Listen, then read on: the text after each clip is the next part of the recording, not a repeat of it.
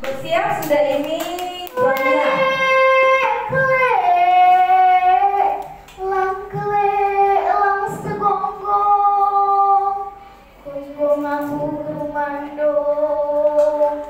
Aku ngupa ayam serban, jago sikok penunggu lesung.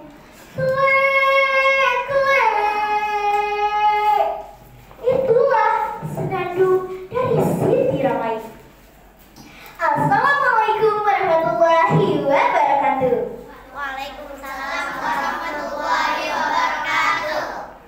Perkenalkan, namaku Indira Indonesia. Indira berasal dari SD Islam Al-Zahra Palembang. Hari ini Indira akan bercerita tentang kisah Siti Ramai dan burung elang. Cerita ini dituturkan kembali oleh Nur Rahma dari SD Negeri 2, Tebing Bulang, Kecamatan Sungai Keru, Muslim Banyuasin, Provinsi Sumatera Selatan. Indira mulai ya ceritanya. Pada suatu hari di sebuah desa lah Siti Ramai dan emaknya. Setiap hari emaknya bekerja di ladang. Ladangnya tak jauh dari rumah. Ketika pagi hari, Siti Ramai terbangun dari tidurnya. Ia sangat kelaparan. Siti Ramai pergi ke dapur. Dan ia melihat di dapur hanya ada sepiring nasi tanpa lauk pauk. Siti Ramai berteriak kepada emaknya, "Mak, Siti lapar, Mak." "Masalah saja pais kambas, Nak." Siti Ramai yang sedang kelaparan pun bergegas pergi ke ladang. Dia mencabut daun pisang dan mengambil daun kambas. Teman-teman, tahu tidak apa itu pais kambas? Pais kambas adalah sebuah tumbuhan liar yang biasanya dimasak dengan cara dikukus dan dilapisi dengan daun pisang. Indira lanjutkan ya ceritanya. Setelah memasak, Siti Ramai menaruh pais kambas di atas tempurung kura-kura. Tetapi Siti Ramai tidak menyadari bahwa itu adalah tempurung kura-kura. Karena kepanasan, sang kura-kura berjalan menuju sungai. Melihat itu, Siti Ramai terkejut dan berteriak kepada emaknya, "Mak, pais kambas kamar raya." Emaknya menjawab, "Ikuti, Nak." Siti Ramai berjalan mengikuti sang kura-kura. Dan ia berteriak lagi, "Mak, pais kambas kamar raya." "Ikuti, Nak." Siti Ramai dan kura-kura telah sampai di tepi sungai. Siti Ramai dan kura-kura akhirnya terjatuh ke dalam sungai. Ia ternyata telah masuk ke dalam perangkap sang raksasa. Wah, akhirnya perangkapku berhasil juga. Ada anak manusia dan kura-kura. Tetapi anak itu sangat kecil. Aku akan membesarkannya.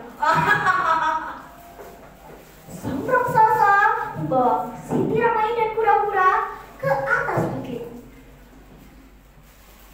Setiap hari, Siti Ramai dibawakan makanan oleh sang raksasa yang sangat banyak. "Wahai anak kecil, makanlah buah-buahan ini. Sudah sebesar apa hatimu?" "Hatiku masih sekecil biji jagung, Kek." Keesokan harinya,